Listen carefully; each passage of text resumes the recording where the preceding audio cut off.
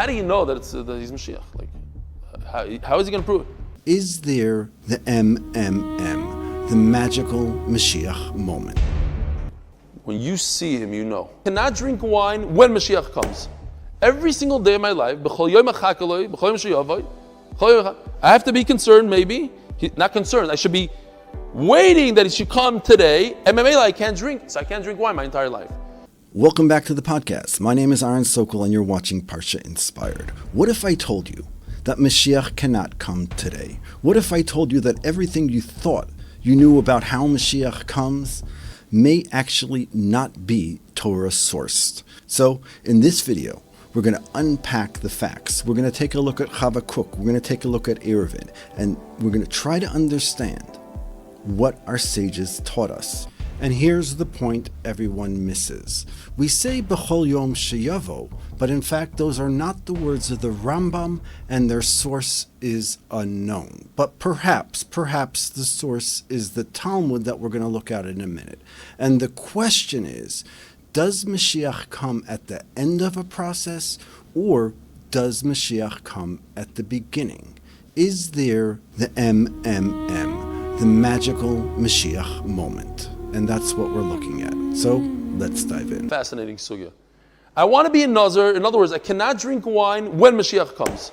Every single day of my life, I have to be concerned, maybe. Not concerned, I should be waiting that he should come today. And I can't drink, so I can't drink wine my entire life. The tractate is asking, can Messiah come every single day? And originally it assumes that's the truth. But then it says there's a problem, because Eliyahu, the prophet, needs to come the day before. Let's take a look. I'm sending you Eliyahu Hanavi one day before. So you're going to know. Eliyahu Hanavi didn't show up. So Mela, I know he's not coming today. The tractate accepts this premise. It never retracts this premise. It says that Eliyahu Hanavi needs to come the day before. And as we're going to see, the only question is it possible that Eliyahu Hanavi came yesterday? Let's take a look. I get 1 day warning. Everybody asked the question. Let him drink wine on Tuesday because Eliyahu Hanavi didn't come on Monday. We know for a fact he didn't come. So at this point, we're saying that Eliyahu Hanavi could have always arrived yesterday, and therefore it's possible that Mashiach could come today. Let's take a look. You know what? Eliyahu Hanavi did show up. He's not going to make this big announcement like we think through the streets. Perhaps he goes straight to the Sanhedrin. He tells them, here I am, I'm here. At this point, the Talmud has ascertained a few things. Number one, Mashiach comes after Eliyahu Hanavi. Number two, Eliyahu Hanavi needs to go to a Beis Din and announce his arrival. And number three, when that happens, it may not be known to the diaspora. Let's take a look. I once asked my father, by the way, he's a Makubal. I asked him, and this is very obvious, I guess, once you know it, you know it. I said, how do you know that he's Mashiach? Like, how is he going to prove it? When you see him, you know. He's not going to have to prove anything. You're going to know. So in order to answer Rabbi Eli Stefanski's question of how do we know Mashiach has come, you see there are tangible things that the Rambam writes that need to have been accomplished. Number one, in the future the Messianic king will arise and renew the Davidic dynasty, restoring its initial sovereignty. He will build the temple and gather the dispersed of Israel. Meaning, then in his days the observance of all the statutes will return. Meaning that the Rambam is saying very clearly that there are tangible things that Mashiach needs to do. But how do we know who is Mashiach? So he says very clearly, if a king will arise from the house of David who will diligently contemplate Torah and observe its mitzvos in the written and oral Torah, and be of direct lineage of David, and compels all Israel to walk in the way of Torah and rectify the breaches and fight the battles. So he is the one who conquers the nations who come up against Jerusalem.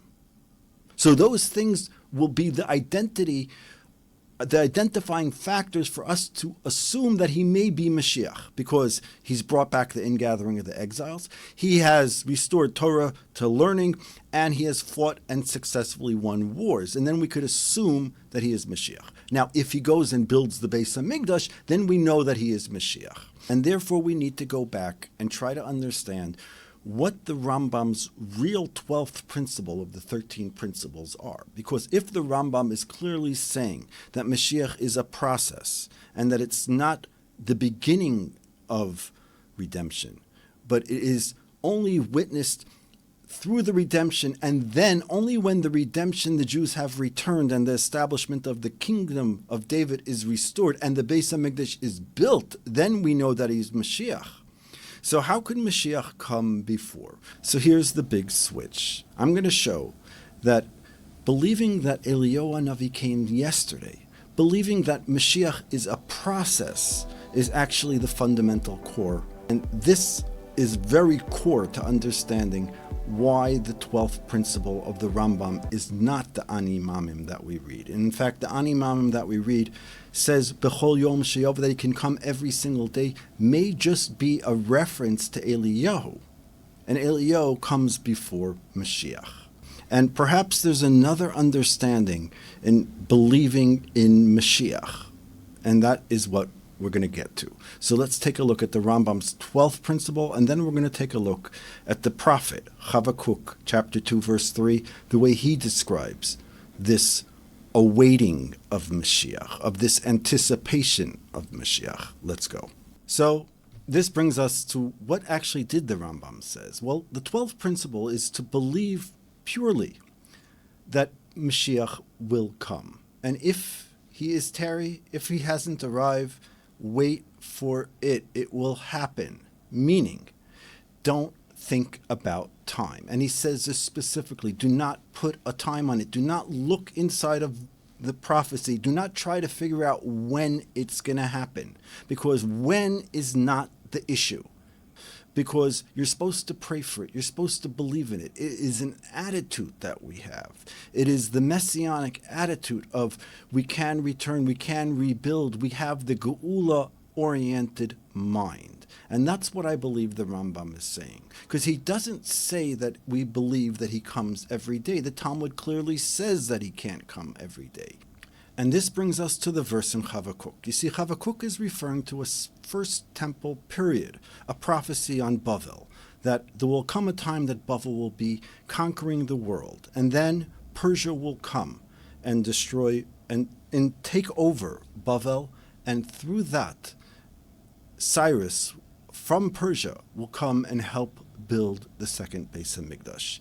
And it says over there, in Habakkuk 3:2, Im Yisma Mea, if he tarries, Chakelo, wait for him. Meaning that at the end of the 70 years, he certainly will come. Meaning at a certain point, Hashem will make sure that the process has begun and will begin. And in fact, that's what happened. Meaning that don't despair that the world will become a better place. Don't despair and think that it will just be a specific date. Don't say it has to happen at a certain time. In fact, we're supposed to believe that everything, Achakelo, we wait for him because not B'chol Yom Sheyavo, but that we believe in the process is happening every single day. So are we in the end time prophecies? Absolutely. And that's the core belief, that we're part of a process. And what do we do about this belief? Well, we do a lot of things.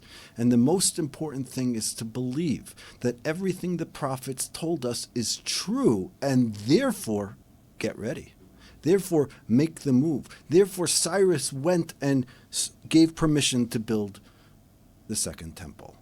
And that are the things that the sages taught us and teach us to want Mashiach. It means that the process, we're supposed to believe that every day is part of the process. This is my understanding of this. If you have another understanding of it, please share it in the comments. Let's hear. We're going to have a video on this very topic with Rabbi Tuvia Singer coming up. This is just the introduction, so I hope this helps give you some background, some research material, and we'll be on with Rabbi Singer very shortly addressing this from the Tanakh. Thank you for watching Shalom from the holy city of Ramat Beit Shemesh.